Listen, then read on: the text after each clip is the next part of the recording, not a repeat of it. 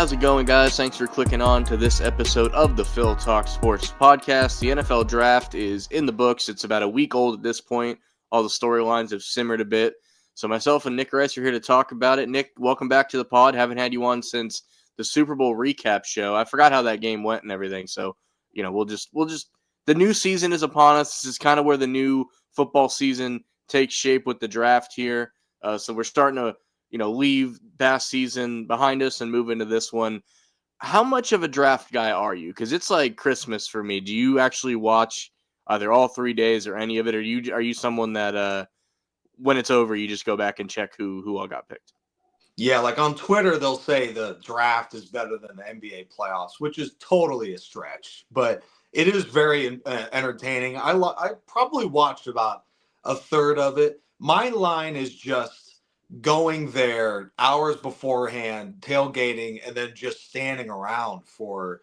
On Saturday, thousands of people were there for what is it? I think 9 to 5 Pacific, so 8 hours plus whatever they did before and after. So, yeah, that's a pretty insane amount of time to just stand around watching randos go up and talk about players.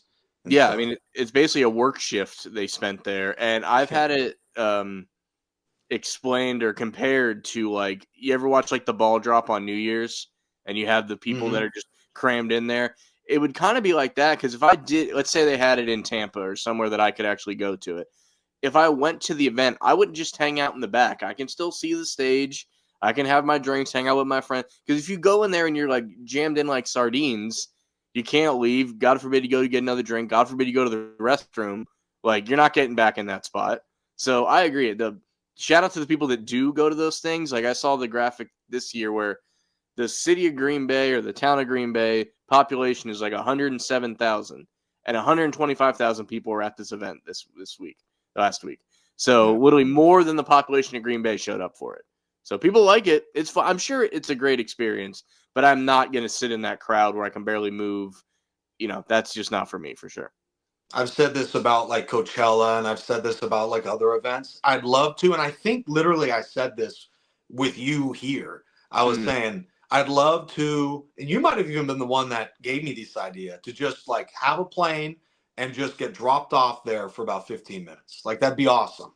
And then it's time to leave because I need to go to the bathroom or I need to do something. I need to literally move my arm. So I went to our version of, not that it's quite Coachella. We have Rockville here, which is like Earth Day Birthday. It's like a music festival, and like that was fun because it's like a million. There's like 8 stages, and they just kind of rotate when bands are playing. So you have to constantly be moving.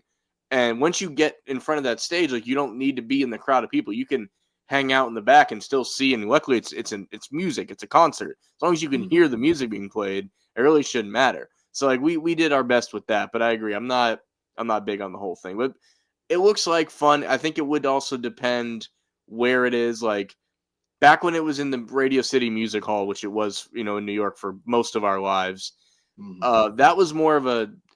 I feel like you were going to Broadway because you were sitting, you were in like the cheap seats of that ballroom or whatever.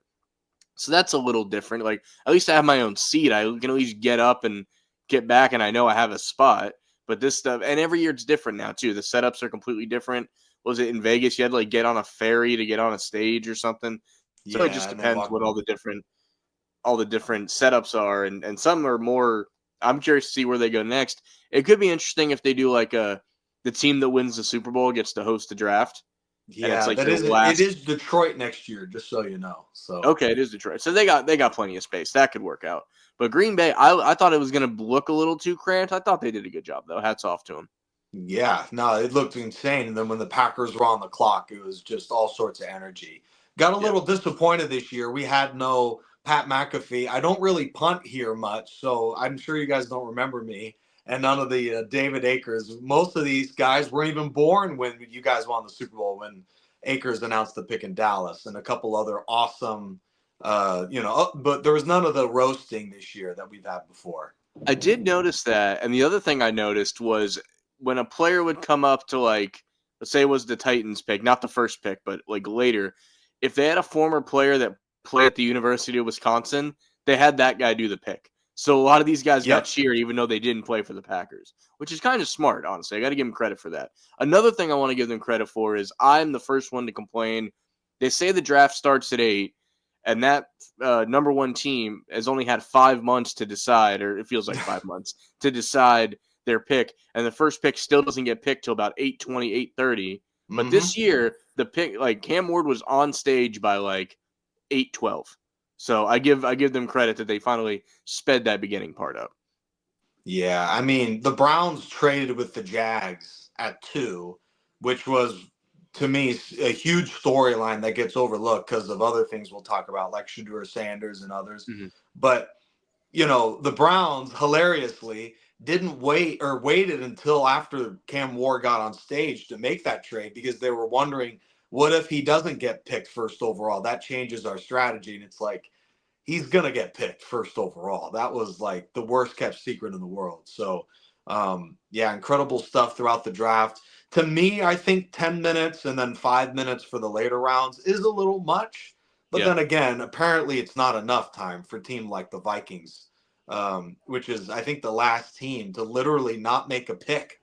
And they had to wait through a couple picks later. So, but in general, I think I guess you throw in commercials in there, but it is kind of a long 3 days. I always have this opinion of it, and I even say this about like fantasy football, where like the earlier rounds, you should need less time because all the big names are still there. You might want 5 minutes in the beginning and 10 minutes in like the third round and later. I could see that being a thing, but that's always an opinion that I've shared with that. But you already mentioned, Cam Ward being the first overall pick.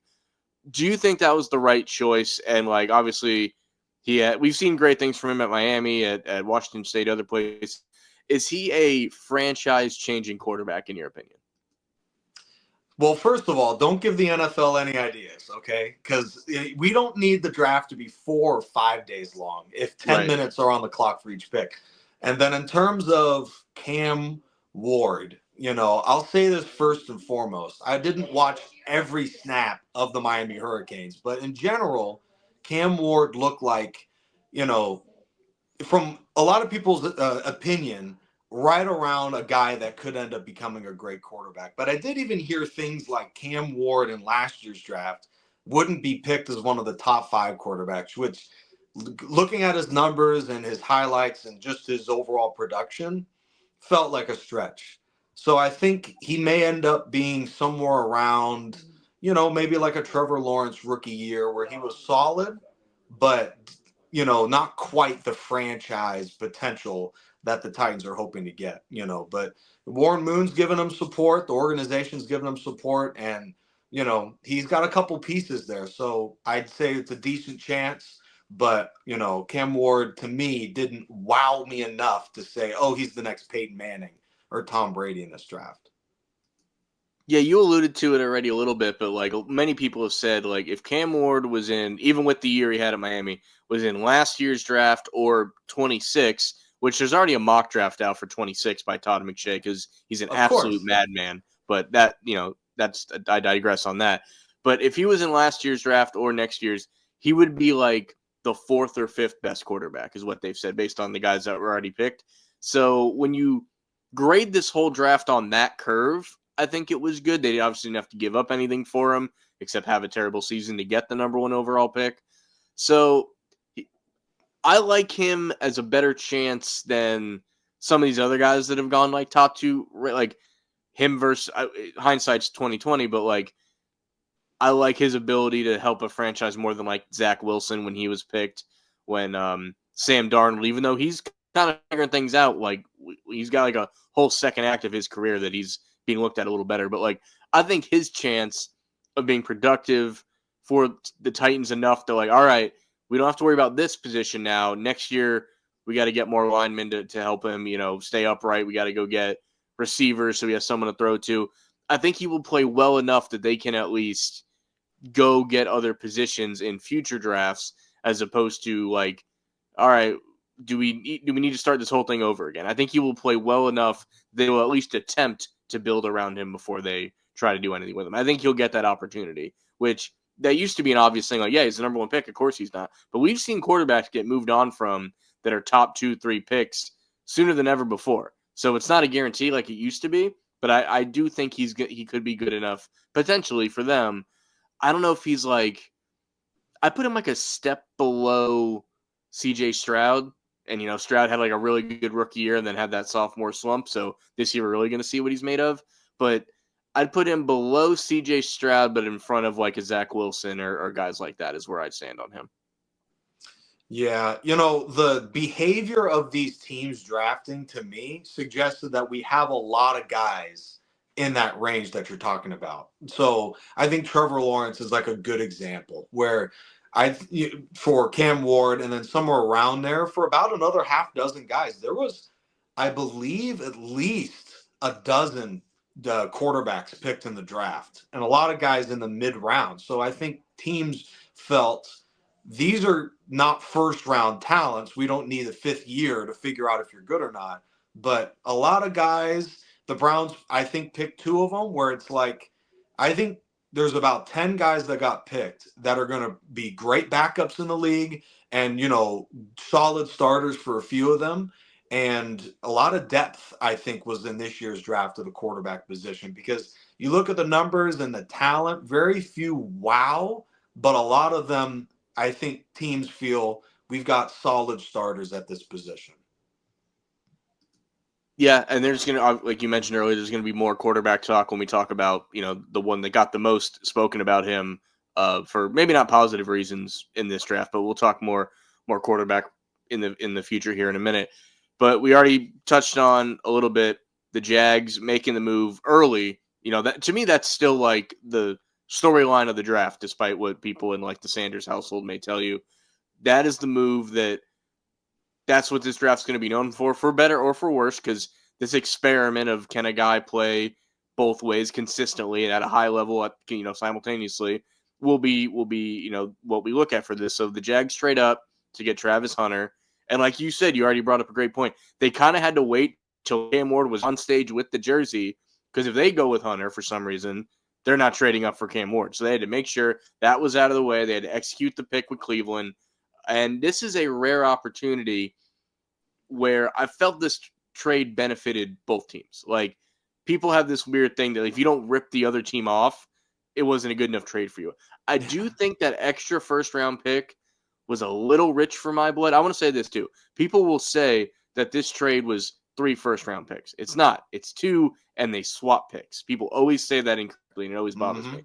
But they gave up the second, and then they gave up the first next year with a couple other swaps thrown in there. So really, it was a first-round pick and a swap with a second, and I think like a fourth or something. The first-round pick was a little rich for me.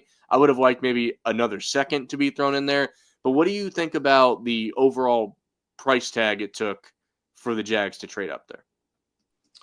So in 2011, the Falcons traded, I think, a first and a second. They traded a major haul to go up from 27 to, I believe, 10 to snag Julio Jones. Total difference maker on one side of the ball, by the way. And so the Jaguars do very similar to snag a guy who clearly, in my opinion, was thrilled that he's not going to play in Cleveland. He's going to play in North Florida.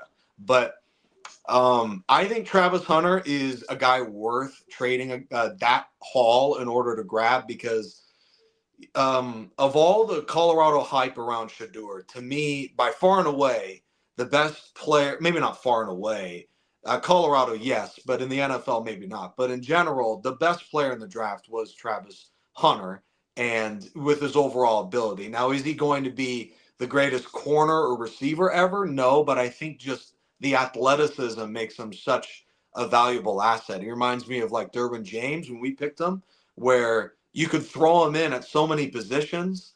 He couldn't play receiver, but corner, he could play edge, he could play safety. He had a lot of different skills where, to me, we have to have really overvalued him in his ability to cover and all that stuff for him to not be effective because he can do so many things that to me it's very hard to fail at everything. Is he going to play all 60 minutes like guys back before the Super Bowl did? I don't think so, but is he going to play maybe half receiver and all-time corner? I think that's a likely outcome. And that is incredibly valuable if he can give you some production on offense too. So I'd say he's the best player in the draft, and the Jaguars, with what they've got going there, now they have a little turmoil, in the front office and a coach and everything. But in general, I think they're set up for a good amount of success here. Yeah, and I think at the absolute worst, you'll get a guy that's like above average on one side of the ball, and then someone that if you use creatively enough can still be effective on the other if it continues that way. But you kind of touched on that. That was going to be my next question to you. My initial thought would be try him at corner the most, and you can throw him at in the slot here and there, similar to what the Cowboys did with Dion in the '90s. Kind of later in his career. But to me, in my opinion, you've played more ball than me. It's easier to get thrown in cold at receiver. We're going to put you in this play that's designed for you to get open. You catch the ball and you run in space. Than it would be to all right, randomly go play corner on these 3 or 4 pivotal third downs. To me, it's easier to get sprinkled in at receiver than it would be to get sprinkled in at corner. Your thoughts? Yeah, you sound like a multi-conference champion in flag football back in the North Florida days a little bit ago. Because very few people in media are talking about, that's right. Very few people are talking about corner being the tougher position. And I played receiver as well, and I was a very, very good Pop Warner player. So There you if you go. check out, Pop Warner highlights from '05, but receiver, with the route tree to the chemistry you have to have between the quarterback and the timing, takes an entire year. I mean, one of the best college prospects in the last 5 years was Marvin Harrison Jr. And I think he'd be the first to say the adjustment to the NFL was a lot. I can recollect about a half dozen guys since I've started watching the league that popped as a corner in their rookie year. And Surtain's like the last one. Darrelle Revis too, back in the day, where Yep. boom, first year became an all-pro player. So, like you said, I think learning the intricacies of playing corner in the NFL would be most effective. And maybe they throw them in at strong safety or something where they can kind of I don't know, maybe hide his non 4.2 speed, but he just has so much skill. His chances of fail, to me, the only way he does is if, to me, he focuses on too many things at once.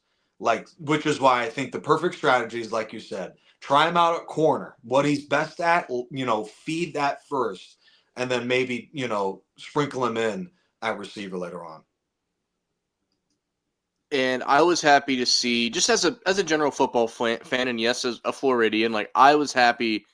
I didn't want to see him in Cleveland necessarily because this is a very delicate process that he's going to go through here, and Cleveland's ability to do it properly.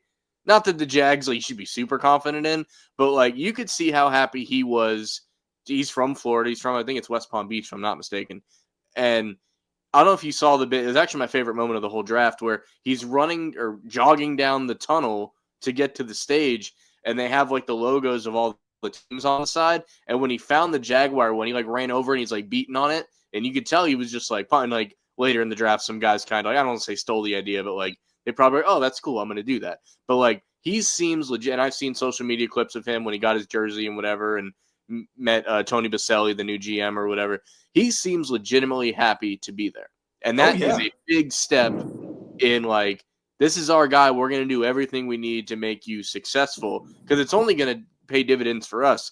You can be a great receiver to go with Thomas on the other side. That's going to help our quarterback that hasn't really lived up to his name, when we drafted him. And then our defense can always improve. So I think that's good for him. And the other reason I didn't want to go to Cleveland, if people remember this, and usually if you're a college football fan watcher, you'll remember it a little more. We saw the poor man's version of this already in Cleveland. If you remember the name Jabril Peppers from 2-3 years ago, played at Michigan. He was a snoop around the box type safety corner, and he would run the ball a little bit, catch the ball a little bit. Not quite Travis Hunter, not quite Desmond Howard, but they would playfully compare him to Desmond Howard because he played at Michigan. He was not a Heisman finalist, but he was in the conversation.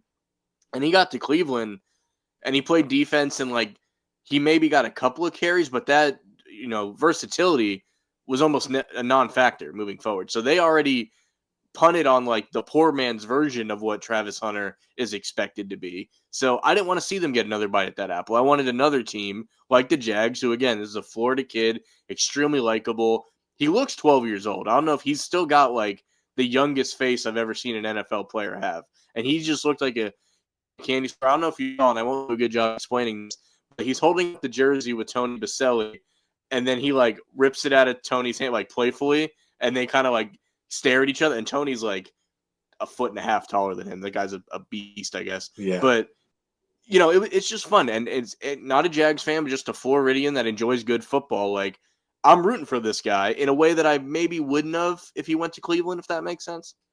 Oh yeah, no, I'm the same way. I don't think there's a single person that watches the NFL that says I hate the Jags. I think everyone is either like that's a cool team or they like them. You know what I mean? So Yeah. I think people are big fans of it. I think guys like your guy a couple years ago when Devonta Smith came out in the draft, there was conversation about him being maybe a little too small. Yeah. And he hasn't gotten much bigger. And ironically, the size has not been much of a problem for him. He just hasn't quite gotten the opportunities. But yeah, Travis Hunter is a lot like him. He's a very small corner by NFL standards, but the guy can ball. And, he turned that program around in Boulder. So, I expect similar things in Jacksonville. I can tell you the moment I was sold on Devonta Smith being an Eagle when he was walking up to the stage and he had a phone in his hand and his phone didn't have a case on it. And I said, man, that's a guy that trusts his hands right there. If you're going to walk around with what I assume was the newest iPhone at the time and no case, you clearly trust your hands at that point. But no, I'm overall excited for, maybe I'll catch a Jaguar game. Maybe if I wait another year, they might be playing in Orlando for a season. So that's something we can talk about on future podcasts as that tiptoes. Might even have some baseball in Orlando too. That's interesting. That stadium with the dirty pool with all those randos hopping in. It's not working out, is it? Well, no, they're going to do some renovations. So maybe one of those is to get rid of that. Or I would not be shocked if they got rid of the pools. Like it's funny. I mean, the Marlins have those too, but for some reason they don't get as much flack down there. Maybe because it is Miami. But yeah, no, I would go to greater lengths to see the Jags play in person now that Travis Hunter's there than I did even before that. And I've been to maybe 3 Jags games. One of them was against the Eagles, but the other 2 was just like, I love football, so I'm going to go to the closest team to me, which is them by a half an hour over the, closer than the Bucs would be in the other direction. But I am very much looking forward to them. So that brings us to, not that we're going to go through every pick, but the Giants playing it safe and taking Abdul Carter, which is probably the right pick for them. There was talk of Shedeur Sanders. We've learned why that was no longer the case. We'll talk about that probably after this pick. But I think the Giants got it right. If you're worried about Travis Hunter's size or whatever, you could make an argument that Abdullah was the best pure prospect in this draft. You could make that argument. So I think for the Giants, who's had a really rough 2 seasons, both on the field and off the field and on television, I think it's a good move. I think this could be a franchise-altering move for them.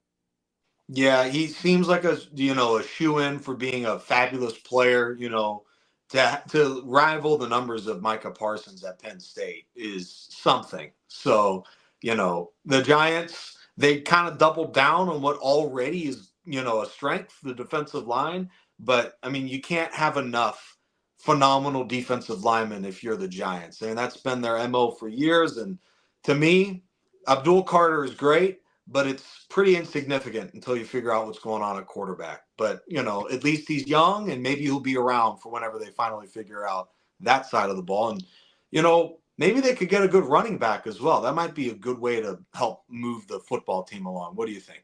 What's crazy, and I should remember the guy's name. I think his last name's Tracy. The running back they have now is solid.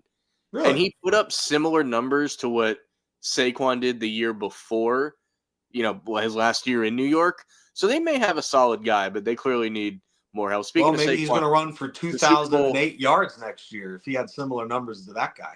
Yeah. But no, the Super Bowl jersey finally came in, and I happened to get Saquon too. So wanted to shout that out. All right, all you folks that were doing the drinking game, it took 24 minutes, but yep, he brought up Saquon and the Eagles. So well, there you you kind of go. brought him up first, and then I just took my chance to talk about him more. But I feel like you brought him up there. All right, so what is truly the main storyline? I felt is Travis Hunter. I think that will ultimately be going into the year the storyline from the draft, and Cam Ward. You know, how good is he on the Titans type thing. But this is the story, of course, that everyone talked about during the draft. It took a lot of attention away from guys actually getting picked, I felt at times. And I don't know about you, because there's multiple versions of the draft stream. On day one, I was at Kramer's house. Shout out Kramer. And we happened to watch the NFL Network version. So it has like Rich Eisen and stuff. So maybe the regular ESPN one was more Shedeur heavy, less Shedeur heavy. I don't know. I think Maybe it they was did more, even though I watched It could be. NFL Network almost the whole time. Yeah. And then I'm sure there's, because the NFL draft lately, it's if something terrible has happened in your life, they have to bring it up, when you're getting drafted. I don't know which channel does that more or less, but so I was just comparing the one. I can only compare the version I watched, which happened to be the NFL Network version. But the 20th ranked player in this draft was Shedeur Sanders. He ended up going pick 144. Ooh. So I'm not great at math, but that seems way lower than 20. So that was the story through most of the draft. When Cleveland, I don't know about you, going into it, if we would have done a draft preview, I would have said, and it's easy to say this now because we didn't do one, but my conversation would have been, is he a first round talent? Or, is he going to be a day one guy or a day two guy? That was really the conversation for most people. And when he didn't go in the first round to Pittsburgh, it's like, okay, leaving, that draft party that day for me, I was like, okay, when I tune into day two, the Browns have two of the first 5 or 6 picks in the second round. They are going to take Shedeur with one of those picks. So I didn't even think it was a non-story. Like, all right, he didn't get picked in the first round. He's going to be a second round pick to Cleveland. Like they were ballsy a little not taking him yet because a lot of people had him mocked to Pittsburgh. That didn't work out. But once Cleveland didn't take him with that 6th pick in the second or, whatever it was, I was like, oh, he may really fall. And then when the third came around and they took Dillon Gabriel, who, very accomplished college career across 4 different colleges, but his numbers are great. I think he's the all-time leading passer in college football now when he left Oregon in his senior year. But that's another guy. We talk about the size of Travis Hunter. He was expected to be the 5th round quarterback off of his size alone, because some people can't see past that. He is Drew Brees-esque size, which, very few people can sling it like Drew Brees. He might be one of them. But when they took Dillon Gabriel, I was like, I don't know who's left to even want this guy now, because the Giants took Jackson Dart, which I'm actually going to bring up now to say this. They traded back into the first round to get Jackson Dart. Yeah. And I forget who said this, and I wish I could quote him properly. In the modern NFL draft, there's no such thing as a second-round quarterback anymore. Because if you are a second-round quarterback, somebody works a deal to get back into the end of the first round, and they take you in the first round anyway. We saw it with Lamar. We saw it here with Jackson Dart. We've seen it more and more lately that I agree with it, that there's not – even if you are a second-round quarterback, you don't get picked in the second round anymore, if that makes sense. So once the Browns took Gabriel, I was like, I really have no idea what's going to happen. Pittsburgh still might take him late.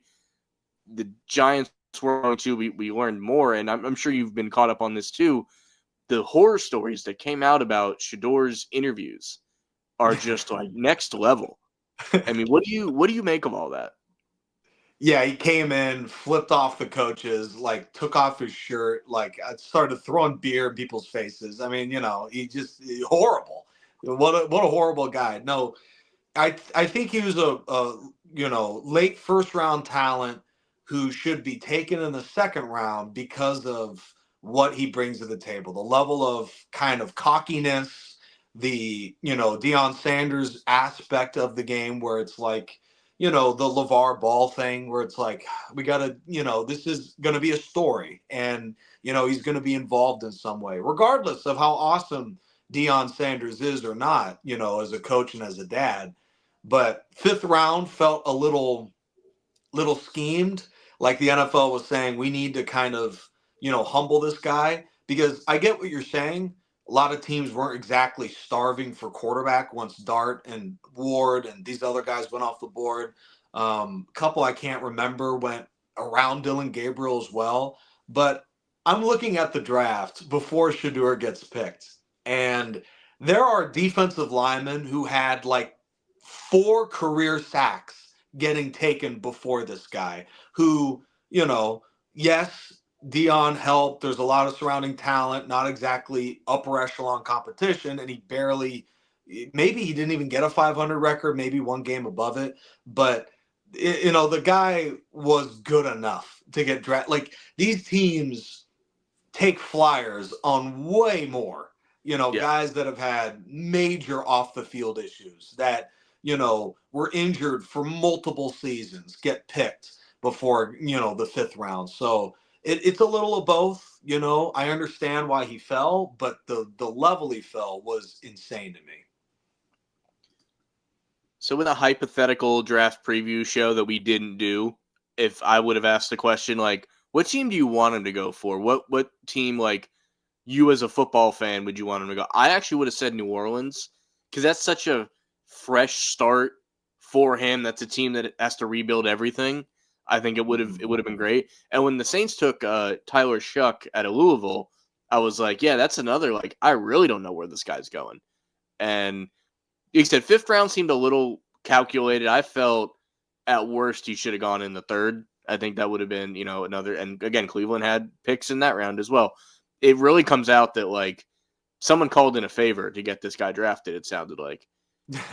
Yeah. But so they have the weirdest quarterback room. You have Deshaun Watson, who's like a non-factor for this year. He's probably going to be out the whole year. They got old man Flacco. They got, I was going to say Jameis Winston, but they don't have him anymore. I forget who else they have. It's Deshaun Watson, Joe Flacco, Kenny Pickett, That's Dylan it. Yep, of course. Gabriel, Kenny Pickett, and Super Bowl champion, Kenny Pickett. How could I hey, forget? there you go. But and then Dylan Gabriel. You can mark this down.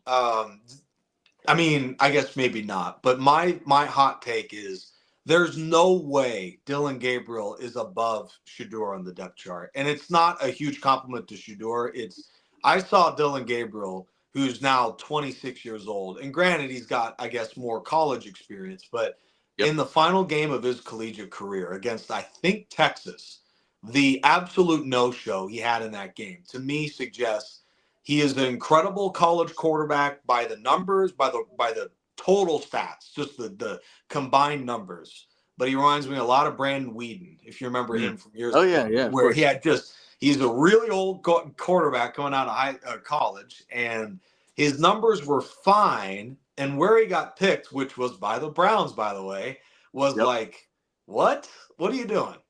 So you can mark it down. I think Shador will finish above Dylan Gabriel and maybe even Kenny Pickett. I think it goes Flacco 1, and I think it goes Shador 2 if I were to be a betting man. So this doesn't happen often, but I actually disagree with you here, and we might have a fun little bet on our hands going into that next year. I could see Kenny Pickett just like doing enough, being comfortable as an NFL player to be the backup going into the year, maybe not the whole year, but like Flacco, unless someone clips his brake cable, like he's going to be the starting quarterback week 1. Mm-hmm. It's really a battle royale after that. I think just by default you'd put Kenny Pickett at 2, like I said, even if it's for week 1, and then let it go from there. But I think Dylan Gabriel, he is older. He's clearly more mature. He's clearly more mature, and this is from a guy who he left my school. So I have no reason to, talk this guy up. He left my school and he didn't do it in the greatest of ways. I think he's just going to be more coachable, and maybe Shador shows up and blows everybody out of the water, in which case you will be correct. But if the Shador that went to all these meetings or the Shador that goes to rookie minicamp and the OTAs, if he goes to the OTAs and training camp and all that crap, I think just by default it's going to be Gabriel. And I think that's a nice, fun little – if he beats out Gabriel, it's because he's turned the switch mentally and he's like, I'm going to take this seriously. Because if it's the guy that went into the draft, I think Gabriel's better off. And you mentioned, like, he should be higher on the depth chart. He was definitely rated higher. Gabriel should have been the quarterback that went in the 5th, and Shador should have been the one that went in the second or third. So they really just flip flopped the ratings that were given to them by like McShay and all the guys that do these sort of things. So I think we'll have to mark this down. I am really curious, because really you only carry 3, so that fourth guy would have to not dress and be the emergency quarterback at that point. Very rarely are you going to dress 4 quarterbacks unless you trade one. Maybe they flip Kenny Pickett for a third or whatever. I think we only traded him for like a 6th or something. So maybe if it gets really heated in that quarterback room, maybe they just trade Kenny Pickett, Super Bowl champion Kenny Pickett. So who knows? But I am interested to say, like I said, we don't disagree a whole lot. Maybe not enough to make for an interesting show. But this one, I will say, I will pick Dillon Gabriel to be ahead of the depth chart. What do we do? Are we calling this like the week 1 depth chart? Is that what we're going to go off of? Regular season week 1. And we're putting a real hefty price tag of, I don't know, maybe an ice bucket challenge or something for the loser. We'll figure it out by the next show I have you on. We'll figure out what our bet is going to be. What the actual, at that point the season might already be started. No. The long summer. Right. We'll have stuff to talk about. Yeah, but I'm not like planning my flight. It's a hot take, but I'm not like 100% because Kenny Pickett is older and Dillon Gabriel is older. So, I can see your point there. I guess we both plan on flag on Deshaun Watson's days are numbered there. So there's that. Yeah, he's going to be on IR. And then by the end of this year, the money it would cost to cut him drops like significantly. Mm-hmm. So after this year, they'll just eat it and finally get rid of the guy. So, what a guy. Yeah. Go back to his regular off the field activities. Yep, whatever those might be. I did miss the joke that we both did simultaneously in the group chat during the draft that Shador wasn't even the first Sanders taken. TJ right. Sanders, he was a linebacker, yep. I think. I believe he went to Buffalo. I could be dead wrong on that. But yeah, not even the first Sanders taken. So that's our dad joke for the evening. For sure. And if there's one of those coming, then you and me and good old Hank as well. Whenever he comes on, shout out Hank. Yeah, TJ Sanders, defensive tackle, South Carolina. So yes, I was right. He did go to Buffalo. I think I had the college wrong originally, though. And as we still talk about the draft, a couple real quick, rounds of applause. Yeah, hit me. You're not going to be thrilled by this, but round of applause. Another wonderful, patient, smart, savvy pick by the Cowboys. Tyler Booker looked like one of the best offensive linemen in the country. Cowboys didn't go quarterback, didn't go fancy, and they picked, a safe guy off the board. I didn't watch really any of who the Falcons got out of Georgia, but I thought that's fun to have him stay at home. And by all the experts, he's a great player. And then I can't help but, love on my pick, my team's pick, the Chargers. Omarion Hampton. I don't know if he's going to be better than Ashton Jeanty, but guys are saying that, all right? Mm-hmm. Because, Genty's a little smaller. Genty's going to maybe the worst offensive line in the league. And Omarion Hampton's got just a golden offensive line, got the perfect fit at head coach with Jim Harbaugh, a guy that loves to run the ball. It's like a, flash and lightning. If you've got that in Detroit, we might have that in the AFC with Omarion Hampton and Najee Harris, a couple of, lightning and thunder there. So I love those picks. I think they're all fabulous picks, and they're going to be great players as rookies in the NFL. That'd be my stake to claim. I see your shout-outs, and I'll raise you a few. I give the shout-out to Penn State tight end Tyler Warren going to the Colts. Very shocked he wasn't the first tight end off the board. The Bears took Colston Loveland, the Michigan tight end. Warren was rated higher, but they're kind of slightly different types of tight ends. So I guess, the Bears just felt that Loveland fit their offense better. Got to go Tet McMillan, the great wide receiver out of Arizona. Glad the Cowboys didn't get him. I saw him enough when UCF played Arizona. I did not want to have to play this guy twice a year. So I'm glad he went to Carolina. And they did a pretty good job bumping up their offense. Like, this is one of those years that are like, all right, Bryce Young, like, we got some dudes here. So if you don't, play any better, you can't blame it on the offense anymore. You mentioned the Falcons pick. I feel like if you're the Falcons and you don't know who to pick, take a Georgia Bulldog right now. Nobody's going to, beat you over the head for it because, Georgia, they're great right now. And the more Bulldogs on the Falcons, I'm sure that fan base is fine with. I can't say this guy's name, but I'll give it a try, I guess. Ohio State wide receiver went to the Bucks. Emeka.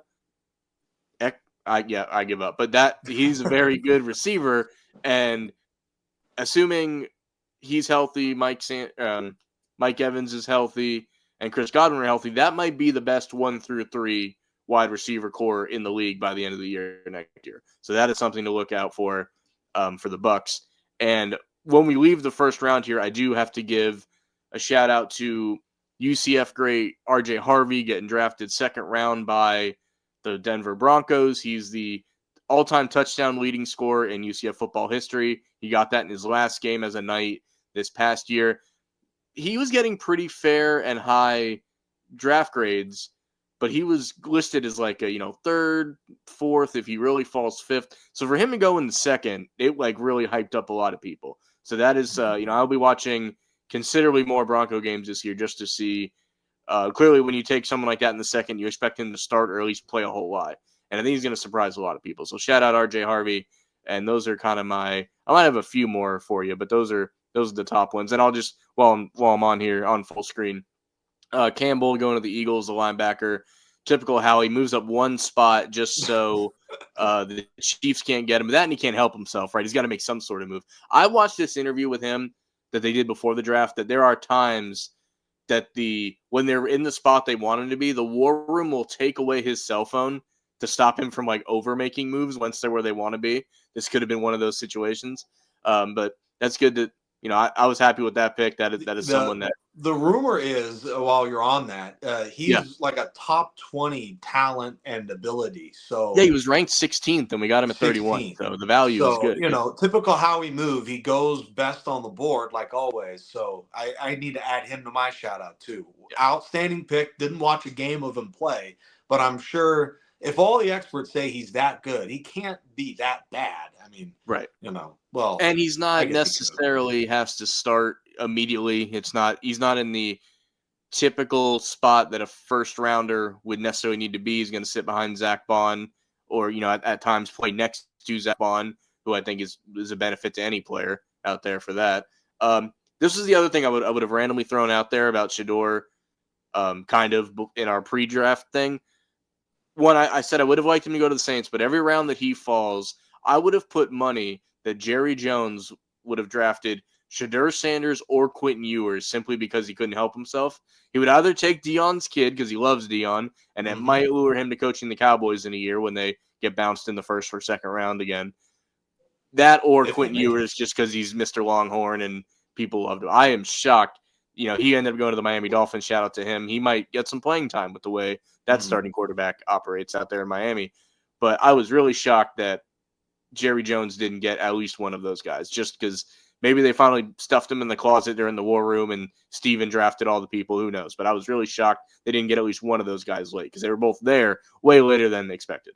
Yeah, and a certain amount of this is just guesswork because all these names, maybe a third of them we bring up, are probably going to get overshown by late round picks that we haven't heard of, didn't think about, and undrafted guys too. It happens every year, and this year for sure will be no different. Absolutely. I was actually also happy to see the Eagles first time in a long time. I can't even imagine, if ever really, because we've had UCF guys on the Eagles, but like Asante Samuel was a free agent, but we drafted a UCF guy for like the first time in my life that I can think of. We got corner Mac McWilliams, Mac McWilliams, who played. He really didn't play a lot till his senior year, so there's not a lot of tape on him, but definitely big physical corner. Someone that like I don't think any rookie is going to step in and replace Gardner Johnson immediately, but I think he, if things work out with him, that could happen that way. So obviously we're not going to sit through every pick of the draft here. Do you have any other big ones you want to highlight before you got the jersey on, so I think you want to talk a little NBA. So is there anything else you want to bring up before we do that? I'd say, the fun thing about the draft is it's one of those kind of like palate cleansers while you're waiting for the real thing to start in a couple months. So I just got to say I'm very excited about how things are going. And we got to have another show after the schedule comes out because, Yes, we definitely. that's another huge day. Like when that comes out, it makes a huge difference. It's to me when the games are played, especially if you're in Lambeau in December or something, makes a huge difference. So it's really fun how they kind of spread this out, and nothing quite like the league, man. And did you want to touch real quick on a quarterback that your team picked up? Do you want that to be the closing statement? Ah, man, not often do we even chat for a second about a guy that 99% likelihood will be cut before our next show. But DJ Uyunglele, who I saw play live at St. John Bosco, and he had a interesting college career to say the least. To me, the frustrating thing about what NFL teams do is that, and I saw it all throughout the draft, it's like at no point in their college career did they suggest that they should get drafted or even in some cases picked up by an NFL team at all. But just there's something about when these guys made an amazing throw at 14 years old, and was rated 5 stars as a freshman in high school, that they deserve this opportunity when there's guys that proved it over and over again in college, never got that opportunity. And to me, I think there's got to be times, plenty of times, maybe your local grocery store clerk or your local garbage man would have been a starting NFL player, but never got the chance because there's this 14-year-old 5-star that was so impressive in middle school that we had to give him a bunch of chances. So is DJ going to work out? I highly doubt it, along with other guys that are 5 stars, but coming out of high school that flopped in college. But it's a crapshoot. That's what the NFL draft can be. But there are some certains. If you couldn't hold your own in college, very, very likely you're not going to hold your own in the NFL. There are random exceptions, but the exception by far, far, far and away excludes the rule of if you struggled in college, you're probably not going to make it to the NFL. To that exact point, I'm willing to bet a shiny quarter on he's going to get a lot of playing time in the preseason because obviously Herbert won't play a lot, if at all. And then I forget, I don't know what the rest of your quarterback room is, but he's going to get all that garbage late when there's 17 people left in the stand. He's going to be that camp arm. And everything you just said, he is not really at any point past the high school level showed his ability to play quarterback at a competent level. He will, in fact, either make your roster or when you guys cut him, he will get signed and sit on somebody's practice squad. Yep. He will be in the NFL next year through no fault of his own, which is just the weird thing that happens in the NFL sometimes. Mm-hmm. Yeah. And meanwhile, a guy like Wes Welker, who, was amazing for the Chargers and the Dolphins in the preseason, gets cut. And then the Patriots are like, oh, this guy that was awesome in college, he had a Football Life documentary. That is one of the best Football Life documentaries I've seen. And gets picked up by the Patriots, and it's like, these teams can't be this dumb. Like they can't. And it turns out they were. So to me, shout out to DJ and his family. Congrats on getting the opportunity. But absolutely, what is frustrating is there's guys that threw for more yards and touchdowns and did way more that won't get the same chance. I mean, my version of that is I remember where I was, one of those deals. I know exactly where I was sitting in a Denny's after like a band concert after high school. So I guess I went to one, but I remember sitting in a Denny's. It was after the draft, and I saw who the Eagles picked up as undrafted free agents. Former New Smyrna Beach running back Raheem Mostert was on that list. I remember high-fiving strangers in a Denny's that the guy from our hometown is on an NFL roster. He then went to preseason, was our team's leading rusher, and Chip Kelly, or as Hank calls him, Chimp Kelly, cut him, and he bounced around the league, and now he's had, the very successful career that he's had. So that would be my equivalent of, like, the guy led the team in rushing in the preseason. What else did you want him to do? Like that, he is a running back, and he ran back more than anybody in that you put on. He should have finished last in rushing because that guy got the He should have had. Yeah, you should have had 28 carries for 17 yards and a goal line touchdown, and that guy makes the team. So, Mm-hmm. and I have on good authority as people that know him way better. Not that I haven't met him before, but like that know him way better than me. He's still, of all the teams in the league, he hates the Eagles the most still because of that. I do know that for a fact. That's been told to me from multiple sources that are. I'll say this for the first time. I mean it. Sources close to the person have told me that. So, and I Awesome. don't blame him. That's ridiculous to me too. Like, could you imagine you're at a camp and you have more yards as a receiver than anybody in camp, and they cut you for the guys and then 3 guys that were behind you made the team? Like, what is that? Hey, can I imagine? That was my whole life in high school, man. I would have been the next Larry Fitzgerald. It was ridiculous, okay? If it wasn't for my bum knee and if it wasn't for coach having it in on me, I would have Yeah. been that guy. Well, he shouldn't So, have hit on his or daughter, man. maybe I I told you wasn't, that was a bad idea. yeah, or maybe I wasn't fast enough, tall enough, quick enough, but I don't think that was it. Yeah, I digress. We won't.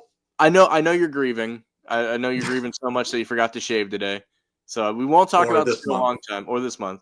Yeah. We won't talk about it for a long time here. But as of last night, your Lakers have now joined my Magic on the couch after being bounced, gentlemen swept, as it's called, from the NBA Mm-hmm. playoffs. Which I say that endearingly because the same thing happened to my team. The Lakers are now out of the playoffs due to the Minnesota Timberwolves and Anthony Edwards. What is the vibe in, not that you're in LA, but you're near LA? What is the vibe to people? Because once the Luka trade happened, which you never really got to talk about on a show, I don't believe, you know, people thought this is it. Like, break out the trophy polish, make room on the shelf, start scouting out where the next banner is going to go in Staples Center. I'm still going to call it Mm-hmm. Staples Center. Yeah. And then things, happen the way they did. What has been your thoughts and what is the vibe in pseudo LA since last night? In pseudo LA, it's like, what happened? I don't care. No, but in general, fans of the Lakers are bummed. To me, it's because of the emotions of this team. It's a pretty insane spectrum. Everything from Luca's fat and you can't build a team around them to the Lakers had literally no help. It was LeBron and Luca playing 2-on-5 apparently. So there's all that. The Lakers had the worst bench in the NBA by way of points per minute. And the Knicks were close and they tried and couldn't be as bad as us in scoring off the bench. And we saw it. JJ Redick reminds me of, I guess, the stubborn high school kid who you just couldn't tell simple things to, wasn't willing to hear it. Playing a guy who didn't suit up since January over Gabe Vincent, a champion, over trying to think of the other guys on our bench, which is so sad. They basically never played in the playoffs, but to me is insane, absolutely insane. Bronny saw the floor more than that guy too. So um, incredible stubbornness from our coach. I hope that this offseason he kind of relaxes a little bit and everything. To me, I land on the Lakers were the better team, believe it or not. The higher seed was the better team. And not only do I say that, but they had 2 great stars. Shout out to Julius Randle, former Laker. I'm sure he was a little pissed Yeah. about being traded. So he came out with fire and had an awesome series. Ant-Man is Ant-Man. That guy's top 5 in the NBA right now. He proved it. And I covered a lot of bases. The Lakers just, to me, underachieved. I mean, they went out with such a whimper. I mean, I almost kind of feel bad for just how awful they were to close the series, where they just didn't even look inspired in the second half, getting blown out in the fourth quarter of these games. So, yeah, like this is the first year now that this series is over where I'm thinking I am accepting the fact that the Lakers are not going to be good for a while. So even if LeBron and Luca are on the team and they make trades and this and that, the media they love it. Let's hype up whoever they acquire in the offseason. Or if they acquire nobody, let's hype them up anyways. Mhm. But no, this team's not close. They are better than Minnesota, but the fact that they ended the series like that, to me, it shows they're not quite ready for even being competitive. So I would much rather be you right now rooting on the Magic than being a Laker fan right now because we're not close. We're not close. I think the biggest questions people have said, like, will JJ Redick return? I do think he's going to get another year. Oh, yeah. I I would be think the shocked. honeymoon's over. It's been over, but I do think Even he in the gets world one of more the year. NBA, he's Yeah, got to come back. I agree. And then the other question is, like, because Luka didn't, it wasn't a sign and trade. He's a free agent, I think, after next year. Is that correct? No. So, He could go to a new team this year. so that's the real question: is do you think he's a Laker next year? Yeah, especially because LeBron is so wishy-washy about what he's going to do. I think LeBron does his farewell tour next year. You're 23. I know Bryce is Yeah, maybe 2 years away or something like that, but right. you know, I mean, if he I were think to he's do, got enough respect to say, "Look, we're not close. I'm getting older and I'm not good, as good as I used to be." So, I would like you to be right on that for him to actually like have that self-awareness. And I, as quick as I am to criticize him and others, I am equally quick to compliment. I'm really glad he didn't sit at that podium last night and vaguely suggest he's going to retire and take the moment away from the Timberwolves the way he took it away from the Nuggets. the Nuggets. Like, was it last year, year before? Either way, that has Well, always both. stuck with me. That I'm like, dude, you can't let other people eat for a minute when you've been eating for 2 decades here. Like, I don't want, that I just thought was strange. And like, I'm glad he didn't do that this time. Maybe in year 20, he's finally maturing. We talked about maturing Shadur Sanders. Maybe we're finally seeing a mature LeBron James. Who knows?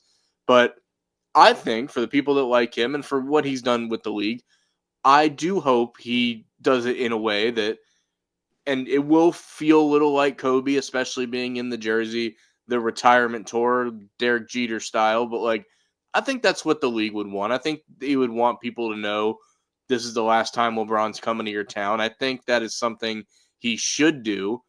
And my only thing is, if he's gonna retire, would Luka sign on? If he's signing on, it's like, all right, we're gonna let LeBron do this. We're essentially gonna waste a year of your prime, and then we're gonna rebuild with you and only you as the centerpiece. Is he good with that? Maybe, but maybe not. That would be my only pushback on that. It's a great question. I think he will, but I'm not 100% sure. Two things. One, funny, does LeBron have the maturity to go out that way? I'm worried that he's going to be around another couple years. And Mm, I'm a Laker guy, and right. I like LeBron. And like all over social media, people go like, "Oh, LeBron's the worst, La flop, all this stuff." And then when I go to the game in person, everyone cheers on LeBron. Like he's Yeah, the favorite. And I went to Lakers Warriors. You had you did. Steph, Yeah. Draymond, Luca there, and LeBron was the guy everyone loved. So that's amazing to me. I still think Luca's going to be around a while. Gut feeling, LeBron does a little farewell tour, but not like Kobe because people, even though people love LeBron, people loved Kobe more. Like Oh yeah. he That's not was even a that debate. guy. Yeah. So I don't But think then it's how going do to be. you do it? How do you do it in a way that isn't like Kobe though? Do you not say it Yeah. at the beginning of the year? Do you say it at the All-Star break? Like, do you know what I mean? Like, I feel like that's what he's going to do. Like yeah. he's going to just say, "Hey, I'm coming back," be vague, and then towards the end of the year, I think he'll announce something. And I'm the guy that said Bill Belichick. Okay, we Yeah. got tape on that. All right, I was half right. I thought he Yes, you would were. wait a year, then retire from the NFL. That was true, but I didn't call the girlfriend, and I didn't call the North Carolina. I mean, Those were he said he'd wait a year. What ended up happening is he couldn't find a job for a year. But I'm going to give you that point anyway because it's still what ended up all happening. right. We're winning Um, there. we need a So whole nother show to talk about what's going on in that man's life. I'm sure we can get to that in the future, but that's yeah, not. I'm not prepared or qualified to talk about all that crap right now for sure. for sure. But Maybe you can have a girlfriend that chimes in on you, and you could chat. She could chat for you about that stuff. So, but anyways, I I mean, digress. that The might be second coming up. thing, Yeah. second thing too is with the trade Nico Harrison made with AD and Luca. It's early, but I think both teams lost the trade, if that's possible, because not only did both teams lose a favorite centerpiece of their franchise in a way where Luka to me is not going to be embraced like AD, and AD is not going to be embraced like Luka. Like they belong back where they came from. But also the way that Luka plays, as long as LeBron is on the team, I don't think they can maximize their potential because to me the best LeBron team is with him dominating the ball, and the best Luka team is with him dominating the ball. So the reason why the bench did next to nothing and Reeves was hot and cold and other is because the air is getting dribbled out by LeBron and Luka. And then in Dallas, he was Mr. Maverick and he's not there anymore. And AD is just not the same type of player. So to me, it's a lose-lose. You get the best out of AD with LeBron because he's a great pick and roll threat. And then Luka brings the best out of Kyrie, because Luka can handle the offense and set up Kyrie in ways that Kyrie can't really set up AD like that. He's not really a playmaker. So to me, I might be the only person in America saying this, but I think both teams lost the trade. And it would have been better if they never did it at all. I think Dallas lost the trade more, but I do think you're onto something here. Sometimes in sports and maybe even in life, you just root for the chaos option. I'm going to present to you the chaos option, and then we're going to go ahead and close the show here. There's been rumors that they're going to finally get rid of Nico, and they want Dirk Nowitzki, of all people, to be the new GM. I've seen multiple reports on that today. So here's the chaos violence factor, right? That transaction happens. Dirk is now ahead of the Mavericks. Maybe Cuban hops back in at a bigger capacity. Luka is now a free agent. He goes back to Dallas. Dallas now has Luka, AD, and Kyrie, and I guess Klay Klay Thompson. Thank you. Don't know why I forgot that. And the Lakers are left holding the bag, a la an aging LeBron James. That would be a movie, like the draft day movie. Like I want all my picks back, and I want David goddamn Putney just because I feel like it. It would be the basketball equivalent of that. So that's what I'm going to root for in the meantime. That literally is the perfect comparison and a perfect way to end the show. I love it. I love it. I want to thank you guys for tuning in today. I haven't gotten to say this on air yet. Thank you for hitting 300 subscribers on YouTube. So if you've ever watched one episode, one movie review, one interview, appreciate the love and support. We've been doing this since 2017, not always consistently. Sometimes there's months in between. But we do it because it's fun and it's a creative outlet. And it's something I never really planned to stop. I think it's something I'm going to do in some capacity for a long time. So I appreciate you guys being on this ride with us. Nick has been a huge part of that. It would not have gotten this far without him. It would probably not continue without him either. So I want to thank you. Yeah, man. I'm subscriber number 300. Without me, you'd be at 299. Okay. There you go. I was at Make sure you remember that. I was at 298 for like 2-3 months.